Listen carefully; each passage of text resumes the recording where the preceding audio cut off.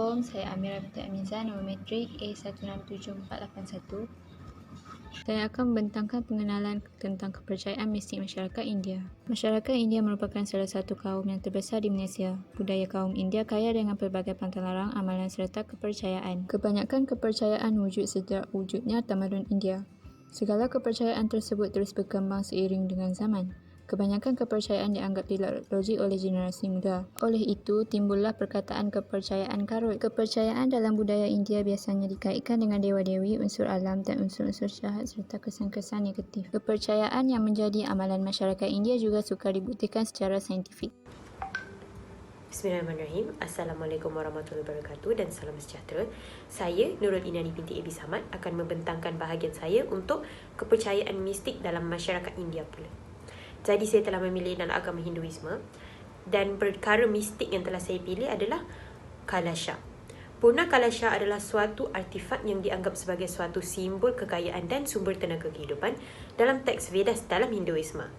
Kalasha dipercayai mengandungi amrita iaitu tenaga kehidupan atau elixir of life dan dianggap sebagai simbol kekayaan, kebijaksanaan serta keabadian. Kalasha juga digunakan sebagai satu ikon di dalam tangan dewa seperti dewa penciptaan Brahma, dewa pemusnah Shiva serta dewi kesejahteraan Lakshmi. Kalasha dipercayai menjadi simbol keberuntungan yang diwakili oleh sama ada Ganesha, penghapus halangan, atau ibunya Gauri, dewa kekayaan dalam rumah ataupun Lakshmi. Dalam upacara Hindu yang berkaitan perkahwinan dan kelahiran anak, Kalasha disembah sebagai dewi ibu atau Devi. Dalam konteks ini, bekas besi tersebut merepresentasikan bahan material iaitu suatu pemegang kesuburan, bumi dan rahim. Daun mangga dikaitkan dengan Kama, dewa cinta yang mewakili aspek kepuasan dalam kesuburan dan kelahiran anak dan proses tersebut. Tempurung kelapa dikaitkan dengan kekayaan dan kuasa.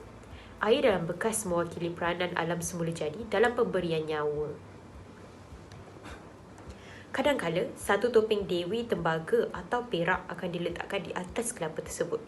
Apabila ini menjadi, hal ini menjadi simbol kepada dewi sebagai manifestasi alam semula jadi atau Mother Nature dengan air, mineral dan kehijauan di sekelilingnya.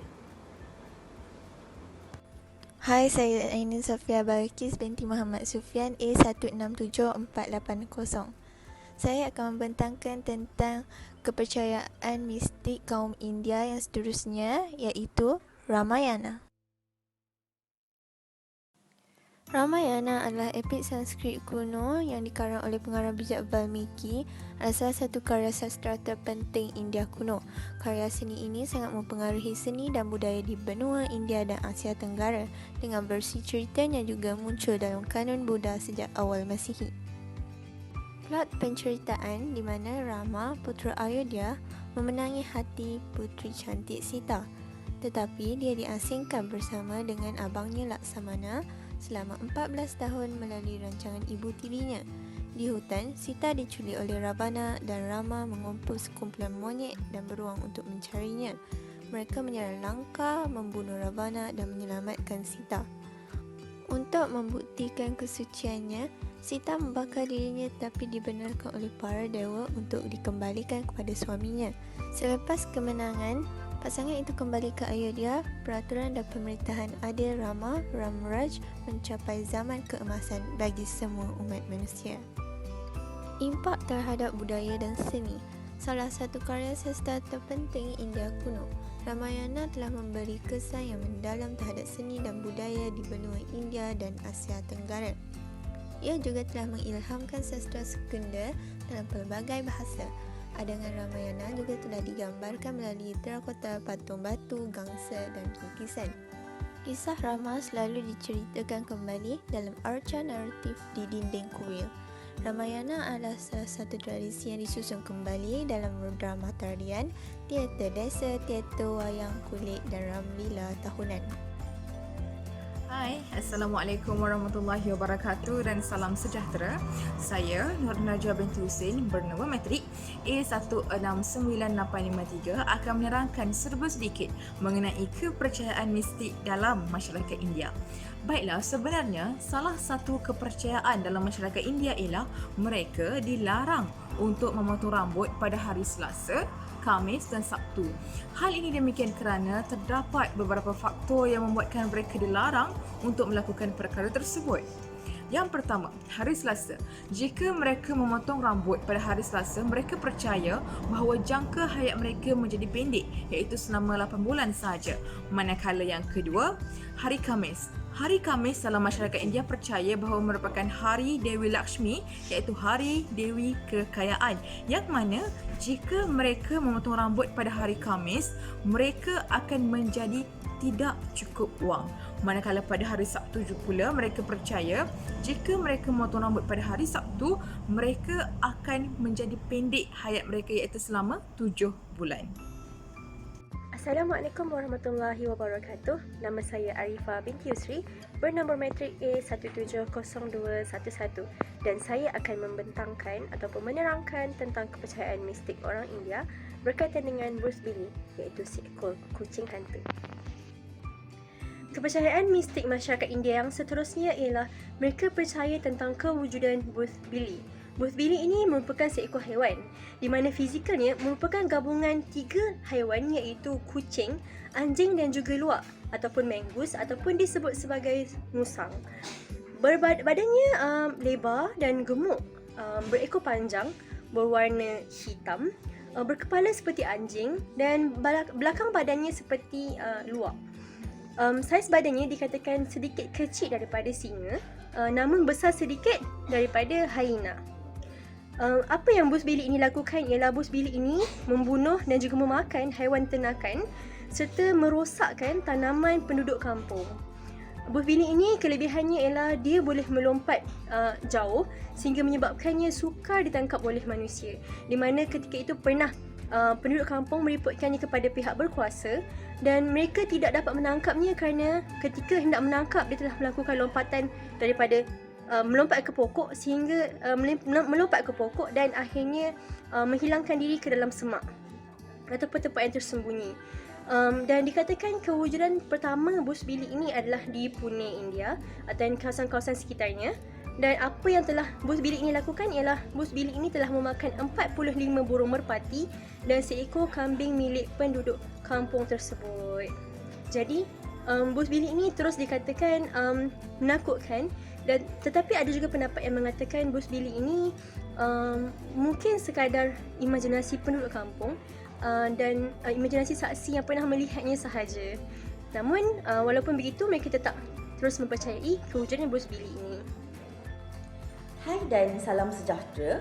Nama saya Nurul Izzati binti Muhammad Zaidi dengan nombor matrik A167578 akan seterusnya menerangkan tentang kepercayaan karma dalam masyarakat India.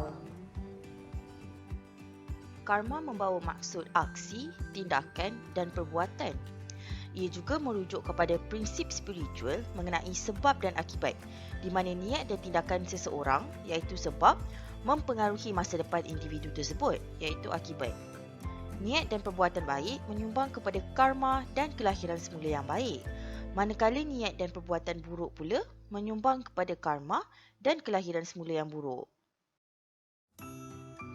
Falsafah karma berkait rapat dengan idea kelahiran semula dalam kebanyakan aliran agama kebiasaan di kalangan masyarakat India, terutamanya Hindu, Buddha, Jainism, Sikhism dan Taoism. Memandangkan konsep ini wujud dalam pelbagai agama, terdapatnya perjanggahan dan perdebatan tentang definisi konkret bagi karma. Namun begitu, terdapat kewujudan tema-tema yang secara jelasnya sama dalam setiap konsep karma yang dikongsi merentasi agama. Tema-tema tersebut ialah sebab dan akibat, etikaisasi dan kelahiran semula. Tema utama dalam karma adalah sebab dan akibat. Ia menggariskan bahawa niat dan tindakan yang dilakukan seseorang mempengaruhi kehidupan mereka. Tindakan tanpa niat juga dititik beratkan sebagai tidak mempunyai kesan karma positif atau negatif yang sama seperti tindakan yang didasarkan dengan niat. Kesan atau akibat daripada karma seseorang juga boleh diperhalkan dalam dua bentuk, phala dan samskara. Phala merupakan kesan yang boleh dilihat dan berlaku dalam kehidupan semasa. Sebagai contoh, seseorang yang mencuri telefon kawannya, kemudiannya diragut semasa dalam perjalanan pulang ke rumah. Sebaliknya, samskara pula merupakan kesan terlindung dalam diri seseorang yang terhasil disebabkan karma mereka, yang seterusnya mengubah atau mempengaruhi kemampuan seseorang untuk berasa gembira dalam kehidupan semasa atau kehidupan akan datang.